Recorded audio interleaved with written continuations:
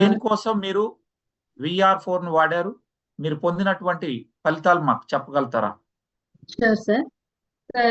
నేను ఒక 20 ఇయర్స్ నుంచి మెడికల్ ఫీల్డ్ లో ఉన్నాను సార్. అయితే ఓకే. నాకు 2019లో థైరాయిడ్ రావడం జరిగింది. బట్ నేను చూసుకోలేదు. 23లో చూసాను. అంటే జనరల్ గా ఎప్పుడు టెస్టులు చేపించకుండా పాత రిపోర్ట్ చూడలేదు నేను. 23లో చూసినప్పుడు T3 T4 వచ్చేసరికి నాకు టోటల్ గా 300 350 అలా ఉంది. TSH వచ్చేసరికి -0లోకి వెళ్తుంది సార్. సో నేనేంటి అంటే డాక్టర్స్ ఆశ్చర్యపోయారు. 3 ఏళ్ల క్రితం వచ్చి ఇప్పటి వరకు ఇలా ఉన్నా అంటే గ్రేట్ అన్నట్టుగా. అయితే ఆ టైంలో నేను మణిపాల్ హాస్పిటల్ అడపా గిరిధర్ గారు ఇలా చాలా మందిని కన్సల్ట్ చేశాను.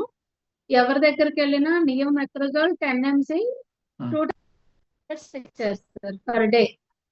అది హెవీ స్టెరాయిడ్ అయినప్పటికీ నాకు తప్పక వేయాల్సి వచ్చింది. 2 వేసినా 3 వేసినా కూడా 1 పాయింట్ కూడా కంట్రోల్ అవ్వలేదు సార్. సో కంట్రోల్ అవ్వకపోగా నాకు PCOD కంప్లైంట్ అనేది వచ్చేసింది. దానివల్ల మల్టిపుల్ ఫైబ్రాయిడ్స్ వచ్చి ప్రాబ్లం అయిపోయింది.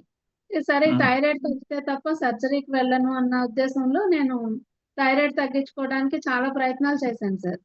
నా మెడిసిన్స్ అన్ని వాడితే కొంతవరకు సైడ్ ఎఫెక్ట్స్ తగ్గినాయి. సైడ్ ఎఫెక్ట్స్ అంటే కళ్ళు ఉబ్బిపోయేవి సార్. బోన్స్ పెయిన్ రావటం, కళ్ళు గుడ్లగూబ కళ్ళు అంటారు కదా సార్, ఆ టైప్ లో కళ్ళు విజిబుల్ అవ్వటం ఇవన్నీ కనిపించేవి. అంటే నేను 2-3 టైమ్స్ భయపడ్డాను కూడా. అంటే కళ్ళకి ఏమన్నా అవుతుందేమో ఎఫెక్ట్ అన్నట్టుగా.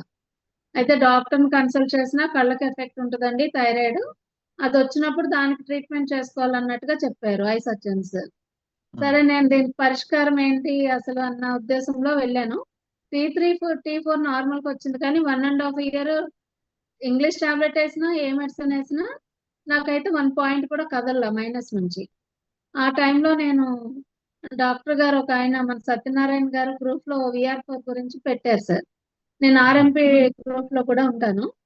ఆ గ్రూప్ లో చూసి డాక్టర్ గారి దగ్గరికి వెళ్ళి ఒక కిట్ తీసుకొచ్చాను సార్. ఆ రోజు వివరణ పూర్తిగా నేను తెలుసుకోలేకపోయాను. జనరల్ గా తీసుకొచ్చి రోజుకి 1-2 టాబ్లెట్స్ ఒక్కొక్కసారి 3 అలా వేసుకునేదాన్ని. సరే ఇది తగ్గుతుందా లేదా అని చిన్న ఇంట్లో సమస్యతోటి సరిగ్గా దాని మీద కేర్ చేయాల. ఈ లోపు నాకు ఆపరేషన్ వరకు వెళ్ళాల్సి వచ్చింది సార్. ఆ టైంలో నేను దీన్ని టెస్ట్ చేసుకున్నా థైరాయిడ్. బ్లడ్ పర్సంటేజ్ బాగా తగ్గిందని టెస్ట్ చేసుకున్నా హాస్పిటల్లో జాయిన్ అయ్యాక. టెస్ట్ చేసుకుంటే నా థైరాయిడ్ లెవెల్స్ అనేది మైనస్ లో ఉన్నది 1 పాయింట్ లోకి వచ్చింది. సో హ్యాపీ అనుకున్నాను సార్. నిజమా అబద్ధమా అని చెప్పి మళ్ళీ second day operation post phone చేసి మళ్ళీ వెళ్ళి టెస్ట్ చేయించాను. థైరాయిడ్ లో చేపిస్తే సో అక్కడ కూడా సేమ్ రిపోర్ట్ వచ్చింది. సో హ్యాపీగా నేను ఇంకా ఆపరేషన్కి వెళ్ళాను సార్. ఆపరేషన్కి వెళ్ళకుండా ఆగిపోదు అంటే ఇప్పుడు బాధపడుతున్నా. అప్పుడు కరెక్ట్ గా వాడి ఉంటే ఆపరేషన్ పడేది కాదేమో అని. సో నాకు కంప్లీట్ గా 6 months అయ్యేసరికి టోటల్ నార్మల్ వచ్చింది సార్. నేను ఇంక టాబ్లెట్ డోసెస్ తగ్గించుకుంటూ వచ్చాను. డాక్టరే ఆయన ఏంటి ఏం వాడారు బాగా తగ్గింది అన్నట్టుగా ఆశ్చర్యపోయారు.